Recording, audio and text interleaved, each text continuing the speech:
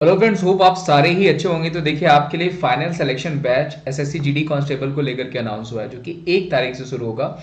मेरा भी इसमें क्लास है, आप देख सकते हैं। विमलेश यादव, बाकी अदर जो एजुकेटर हैं उनकी भी क्लासेस हैं। लेकिन 1 तारीख से स्टार्ट हो जाएगा आपका। 20 जनवरी तक ये बैच कोर्स चलना है। बहुत ही अच्छे अच्छे जो है कि इसमें क्वेश्चंस लिए जाएंगे। एकदम रिजल्ट ओरिएंटेड कोर्स होगा।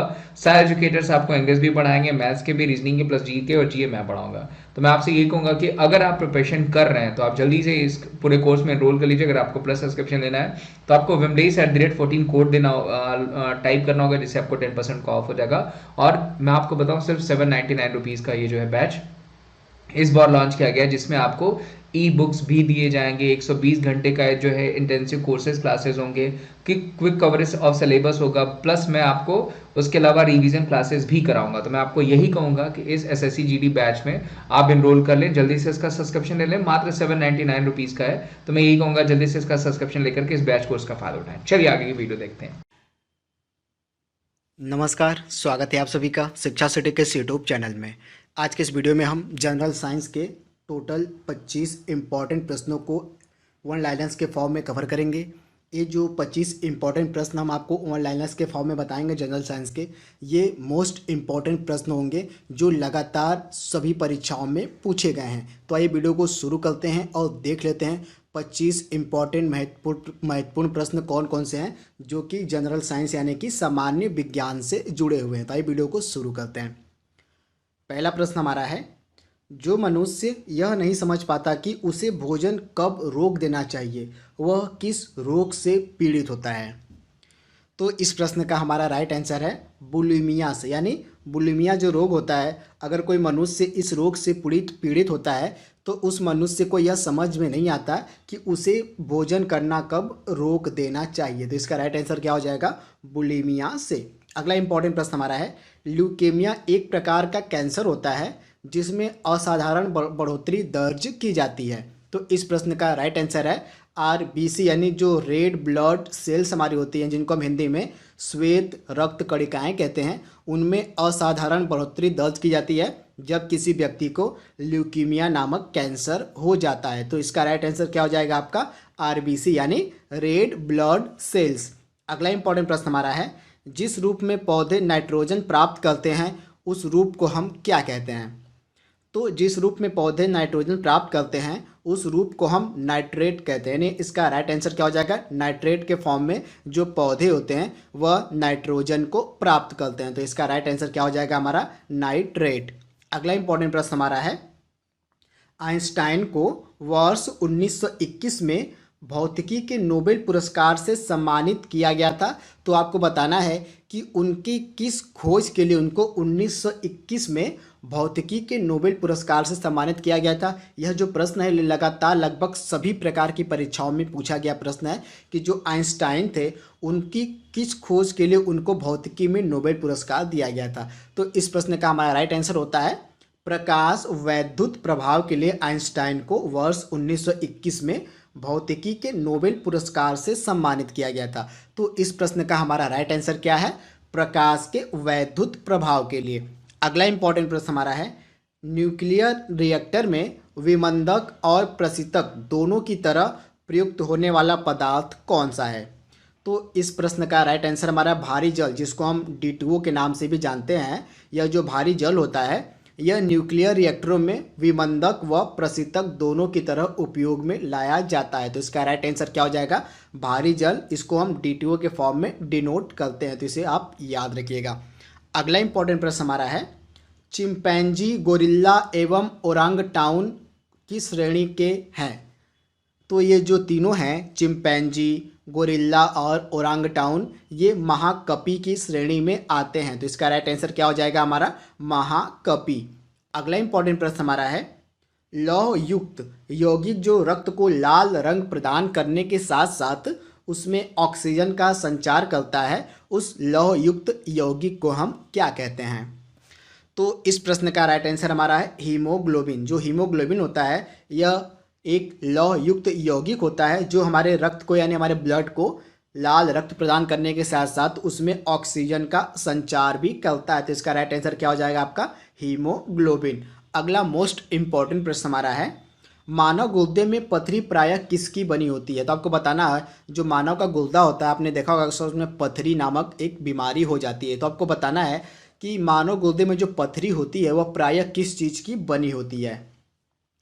तो इस प्रश्न का राइट आंसर हमारा है कैल्शियम ऑक्जेलेट की बनी होती है मानव गुर्दे की पथरी। तो इसका राइट आंसर क्या हो जाएगा?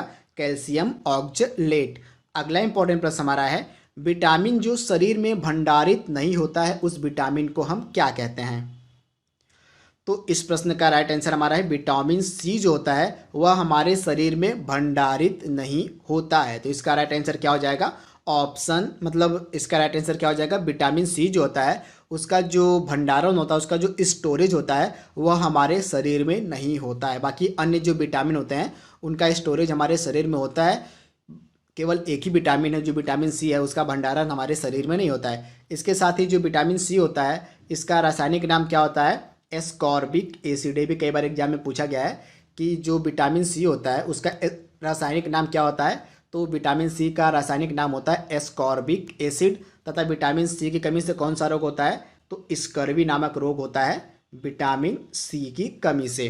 अगला महत्वपूर्ण प्रश्न हमारा है एक गिलास पानी पीने से हमें कितनी कैलोरी मिलती है? तो लगभग जो एक गिलास पानी होता है उसमें 0 कैलोरी ऊर्जा मिलती है उसको पीने से, यानी इसका राइट आंसर क्या हो जाएगा? 0 कैलोरी, यानी 0 कैलोरी ऊर्जा हमको मिलती है जब हम एक गिलास पानी पीते हैं। अगला मोस्ट इम्पॉर्टेंट प्रश्न हमारा है बासमती चावल के जो दाने होते हैं पकाने पर लंबे हो जाते हैं। तो आपको बताना है किस कारण से जो बासमती चावल होते हैं वो पकने पर लंबे हो जाते हैं। तो बासमती चावल में बहुमूल्य मात्रा में जो एमाइलेज पाया जाता है उसी के कारण जो बासमती चावल होते हैं वह पकने के बाद लंबे हो जाते हैं। तो किस कारण से होते हैं? एमाइलेज के कारण।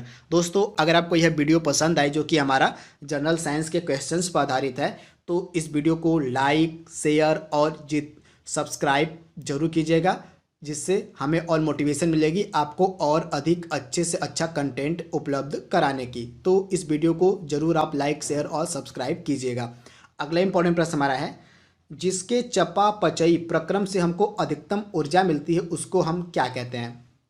तो जो वसा होती है उसके चयापचयी प्रक्रम से हमको सबसे अधिक ऊर्जा मिलती है। तो इसका राइट आंसर क्या हो जाएगा? वसा। लगभग 1 ग्राम वसा से हमको 9.3 किलो कैलोरी ऊर्जा प्राप्त होती है। तो आप याद देखिएगा 1 ग्राम वसा से कितनी ऊर्जा प्राप्त होती है? तो लगभग 9.3 किलो कैलोरी प्रति ग्राम ऊर्जा प्राप्त होती है वसा से। तो आप याद रखिएगा। अगला प्रश्न हमारा है वर्णांधता यानी जो कलर ब्लाइंडनेस होता है इसमें वाहक कौन होता है? तो कलर ब्लाइंडनेस में वाहक मुख्यतः इसका स्त्रियां होती हैं। तो इसका राइट आंसर क्या हो जाएगा? जो फीमेल होती हैं, जो स्त्रियां होती हैं वह कलर ब्लाइंडनेस नामक रोग की वाहक मानी जाती हैं। तो इसका राइट आंसर क्या हो जाएगा? स्त्रियां। अगला इंपॉर्टेंट प्रश्न हमारा है पास की वस्तुएं तो हमें स्पष्ट दिखाई देती हैं किंतु दूर की वस्तुएं हमें धुंधली नजर आती हैं। तो इस दोष को हम क्या कहते हैं? तो जो निकट दृष्टि दोष होता है जिसको हम मायोपिया के नाम से भी जानते हैं, इसमें हमें पास की वस्तुएं तो स्पष्ट यानी साफ दिखाई पड़ती हैं परंतु दूर की वस्तुएं हमको धुंधली नजर आती हैं। तो इस दृष्टि दोष को हम निकट दृष्टि दोष यानी कि मायोपिया के नाम से जानते हैं। अगला इंपॉर्टेंट प्रश्न हमारा है लगातार खांसी का आना, ज्वर, खून के साथ बलगम का आना, सांस फूलना इत्यादि किस रोग के लक्षण होते हैं? तो इस प्रश्न का हमारा राइट आंसर होता है जो तपेदिक रोग होता है इसके लक्षण क्या क्या होते हैं? ज्वर, लगातार खांसी का आना, खून के साथ बलगम का आना और सांस फूलना, ये सभी लक्षण किसके होते हैं? तो तपेदिक के ये सभी लक्षण होते हैं। अगला प्रश्न हमारा है डेंगू बुखार में मानव शरीर में किस चीज़ की कमी हो जाती है? तो जब भी किसी व्यक्ति को डेंगू बुखार हो जाता है तो उसके कारण मानव शरीर में जो प्लेटलेट्स होते हैं उनकी संख्या घटने लगती है। तो इसका राइट आंसर क्या हो जाएगा आपका? प्लेटलेट्स की संख्या घटने लगती है जब किसी व्यक्ति को डेंगू बुखार हो जाता है। अगला महत्वपूर्ण प्रश्न हमारा है जर्मेनियम तथा सिलिकॉन क्या है? तो यह जो जर्मेनियम और सिलिकॉन है इनको हम अर्धचालक यानी सेमी कंडक्टर कहते हैं। तो इसका राइट आंसर क्या हो जाएगा? जर्मेनियम और सिलिकॉन क्या होते हैं? तो अर्धचालक यानी सेमी कंडक्टर होते हैं। अगला महत्वपूर्ण प्रश्न हमारा है पीनल ग्लैंड से निकलने वाले मेलाटोनिन को हम क्या कहते हैं? तो जो हमारी पीनल ग्लैंड होती है उससे जो मेलाटोनिन निकलता है उसको हम रात या अंधेरे का हार्मोन कहते हैं। तो आप याद देखिएगा, रात या अंधेरे का हार्मोन किसको कहा जाता है? तो मेलाटोनिन को हम रात या अंधेरे का हार्मोन कहते हैं। अगला महत्वपूर्ण प्रश्न हमारा है आज का, मनुष्य का औसत जो रक्तचाप होता है वह 120/80 Hg होता है। तो आपको बताना है इसमें जो Hg का सिंबल है वह क्या प्रदर्शित करता है। तो Hg का मतलब क्या होता है? यहाँ पे मरकरी यानी पारा से होता है। तो इसका राइट आंसर क्या हो जाएगा? मरकरी या पारा का सिंबल क्या होता है? तो Hg होता है। अगला इंपॉर्टेंट प्रश्न हमारा है, किसी व्यक्ति का पूरा प्रतिबिंब देखने के लिए एक समतल दर्पण की न्यूनतम ऊंचाई क्या होनी चाहिए? तो इस प्रश्न का हमारा राइट आंसर है, किसी व्यक्ति का पूरा प्रतिबिंब देखने के लिए एक समतल दर्पण की न्यूनतम ऊंचाई व्यक्ति की ऊंचाई की आधा होनी चाहिए। तो इसका राइट आंसर क्या हो जाएगा? व्यक्ति की ऊंचाई की आधी। अगला इंपॉर्टेंट हमारा प्रश्न है, गाय का जो दूध होता है पीला और सफ़ेद रंग का किस कारण से होता है? तो आपने देखा होगा अक्सर जो गाय का दूध होता है पीला या सफ़ेद रंग का प्रतीत होता है हल्का हल्का। तो इसको किस कारण से ये ऐसा होता है? तो कैसीन व कैरोटीन के कारण जो गाय का दूध होता है पीला एवं सफ़ेद रंग का प्रतीत होता है। तो कैसीन व कैरोटीन के कारण। अगला इंपॉर्टेंट प्रश्न हमारा है, ग्रीन हाउस प्रभाव के लिए कौन कौन सी गैसें जिम्मेदार होती है? मोस्ट इंपॉर्टेंट प्रश्न। तो ग्रीन हाउस गैसें जो होती हैं वे कौन कौन सी हैं? तो जैसे जलवाष्प हो गया यानी वाटर वेपर, CO2 यानी कार्बन डाइऑक्साइड हो गया, मीथेन हो गया, नाइट्रस ऑक्साइड हो गया। ये मुख्य 4 गैसें हैं जो ग्रीन हाउस प्रभाव के लिए सबसे अधिक जिम्मेदार मानी जाती हैं। तो इसे आप याद देखिएगा, जलवाष्प यानी वाटर वेपर, CO2 यानी कार्बन डाइऑक्साइड, मीथेन को हम लिखते हैं, इसका सिंबल क्या होता है? CH4 होता है, और नाइट्रस ऑक्साइड जो होता है। ये 4 महत्वपूर्ण गैसें होती हैं जो ग्रीन हाउस प्रभाव के लिए जिम्मेदार मानी जाती हैं। अगला प्रश्न हमारा है, जो रेड डाटा बुक होती है उसका प्रकाशन किसके द्वारा किया जाता है? तो मोस्टली यह जो रेड डेटा बुक होती है इसमें क्या होता है आपको यह पता होना चाहिए। तो रेड डेटा बुक में उन जानवरों की लिस्ट होती है जो विलुप्त प्राय की श्रेणी में आ जाते हैं, मतलब जो जानवर विलुप्त होने के कगार पे होते हैं उन जानवरों की लिस्ट इस रेड डेटा बुक में रखी जाती है।